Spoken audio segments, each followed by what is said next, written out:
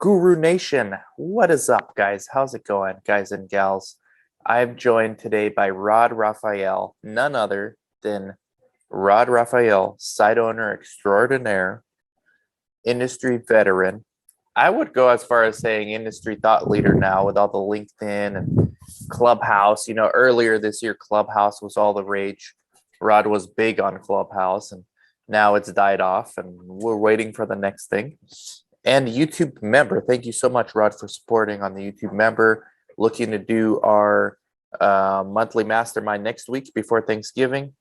So, Rod, Rod had a good topic, and I thought, well, great to interview you, Rod, on this because we can kind of spitball. So it's about sites, and it's about IRBs, and it's about sponsors, and it's about informed consent language. And for some reason, there are some studies where the sponsors put in the informed consent, patients will not be paid. This could be due to a number of reasons. One being they're cheap, so it's a budget reason. Another could be they don't want to coerce patients, which is unusual because most studies do compensate for travel, time, parking, whatever the case may be. And Rod's saying, look, as a practical site owner, pragmatic, what do I do? Do I just pay the patients anyways? Do I try to negotiate with the IRB or the sponsor? And so we have our recommendations, but at the end of the day, I think, well, Rod, did I explain the problem well enough? Yeah, they don't, they've already said they don't want to pay the patient. The consent's already been approved. So now it's on us. So I'm guessing I'll go to the IRB and say, look, we want to pay the patient something for at least time and travel. But the sponsor doesn't want to do that. By the way, what are you drinking? I just drank a coffee. I drink nothing now. I just swished my mouth with coconut oil. But you've got, it looks like a nice coffee in front of you. I have a flat white. Those are good. Those are good. Those are good. Do you put anything in it, or you just go like creamer and that's it? A little sugar? Some Splenda. Some Splenda in there? Okay, that's good. Yeah, I'm always interested. What's the coconut do? Coconut oil supposed to, like after you drink coffee, supposed to whiten your teeth, and it's supposed to rid your mouth of bacteria. I swish it for like 10-15 minutes. You're a star, so you have to have white tea. I have to, man, and I drink too much coffee for those two things to mesh together. So what do we do, Rod?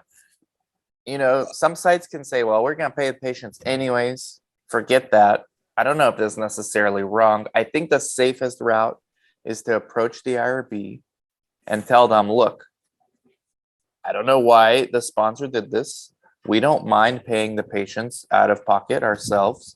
We don't believe it's coercion. Here's why.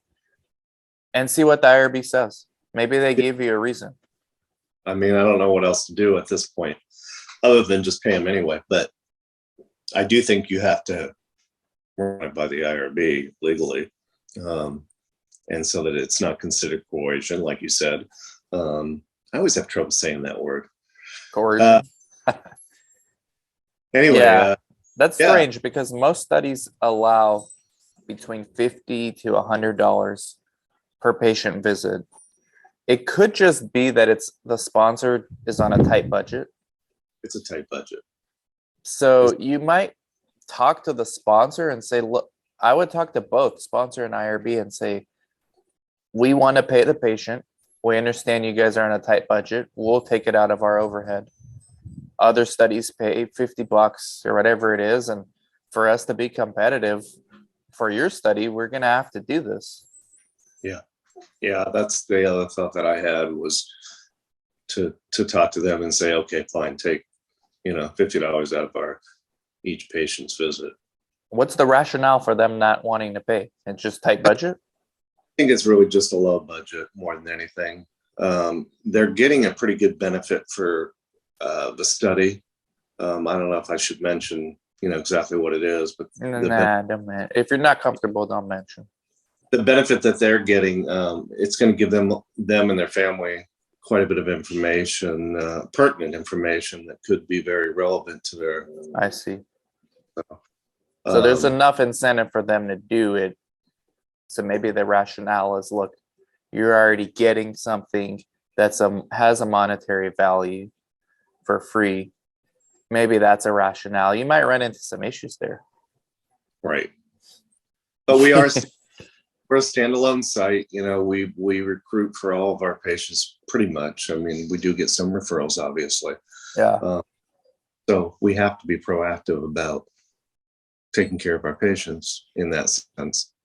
Yeah, I don't think I've ever come across a study where I did not pay patients for their time, travel, meals, Something. all that stuff. It's retention. It's important. Is this a one visit thing or?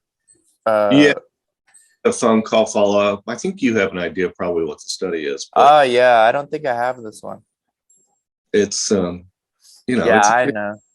it's pretty good for the patient, and that's why I'm doing it. It's a good. It gives them some really good information if they need it. Yeah, for those kind of studies, I mean, you might not get the sponsor. Just the sponsor might just tell you if the IRB approves it, that's fine, and then you just reach out to the IRB and tell them why, and they're gonna make that assessment. They have like a board. I think it's like 12 people on the board that will determine, is this coercion or is this undue influence? I don't know. Be prepared to defend it, but either way, if the patient's getting some kind of value out of it, it might not be necessary. I don't like these kind of studies for that reason. So how's Zuma? How's your site?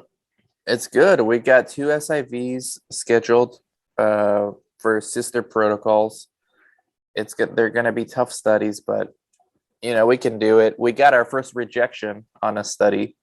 It was a rare disease study, and me and the PI were kind of like, during the SSV site selection visit, we were basically telling the monitor, like, we don't know how we're going to recruit.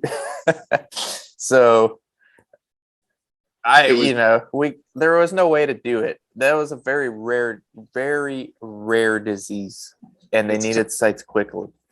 Is right, and you already knew at the SIV that you probably weren't going to be able to do it. Yeah, so what it was a study with 3 indications, but it's an ongoing study. So one of the indications was already met, the easy indication. And so what they wanted was the 2 difficult indications. And we didn't know that when we completed the feasibility survey. We just thought, okay, well, these other 2 indications a little strange, but at least we can do the first indication. But turns out that one's already been met. So they threw a curveball at us, and I'm at the point where I don't want studies I can't screen for. No. We don't have enough space there. My PI is really nice. He's letting me use his space, but it's a very busy practice. So I'm already thinking by March or April of next year to look for our own space. And I think that's what we're going to do. So right now we're starting these 2 studies there. There might be a 3rd study. You and I both know which one it is. Hopefully we'll get it. And there's other ones. Julie sent me a list of leads last Friday that I haven't followed up on. So today I got to follow up on those. I'll send you some of those leads. And we'll see. We'll see what happens. We're still waiting on that back pain study. Have you heard anything? I'm pretty sure they'll contact you on that. Okay. They will be completing the one that we're doing right now and soon, and then they'll move on to the next one, which would be the one that you would be involved in. Okay. It won't be until realistically early summer. Oh, okay. So they don't need to reach out yet. I know that the doctor wanted it to be, the medical monitor wanted it to be sooner, but I see. Perfect. How are things going in Indy? Indy's good. It's the daily thing: recruit, and look for studies. And I always wondered with you and Indy, I never asked you this. Do you guys have a like special relationship with Eli Lilly, being that they're right there? we don't. You would think we've done Lilly studies. Have you gone to the headquarter and like introduced? They don't like that, but you can go see like a medical liaison or something. They all work remote now, though. I'm actually meeting with a Lilly medical science liaison by Zoom tomorrow with our PI. It's funny. It seems like once the study is over and the team disbands, it's hard to make contact with anybody after that to get look at you for another study necessarily. You still seem to have to do it the old-fashioned way. And it complicates things further when they all use, most of them use CROs, big CROs. So it just complicates things further. But yeah, I was just curious about that. So this was a good topic, Rod. I think we can do more videos like this, you and I. Whenever you have a good topic, just let me know. Hey, Dan, let's hop on a quick Zoom, make one for Guru Nation, and sure, see what the comments are. Let us know what you guys think in the comments below. And if you want to interact with Rod, I'll put his LinkedIn underneath. He is a must. It's mandatory you get to know Rod Raphael. Thanks, Dan. Hey, I was going to mention one thing real quickly on the video that you did the other day about the person that didn't get the consent signed in time or whatever the situation was. Yeah. Like, I don't know if my response gave you an appropriate idea of what I meant. So they bring me the consent after they've reviewed it with the patient and signed it and copied it. Well, they don't copy it yet, but they bring it to me. I go through it, make sure all the pages are there because I've had a printer skip pages before. And then I make sure that there's no errors in it, turn it over, 24 out of 24 pages present, verified, and sign and date it. And that coordinator does the same thing. And we do it, so another set of eyes look at it. It's actually really smart. Is that it? Did you put that in your SOP or did you just do that separately? We did put it in the SOP. I'm not really sure where we came up with the idea, but no, it's a good idea. Cross-referencing. It could be like for the backup coordinator or the secondary coordinator, somebody to just verify. Like you said, the most common thing is printer misses a page. I've had that happen to me too. Or the patient doesn't, does a line through in their name or sometimes you have those consents where every page has to be initialed. So anyway. Sometimes you'll get an initial that you think it's okay the way they wrote it, and someone else might think, no, this is way too sloppy. It's just simple stuff like that people don't realize, and these are the important things. So let's do more videos like that, Rod. Everybody go follow Rod. Let us know in the comments what questions you have, and we'll catch you all later. Bye-bye.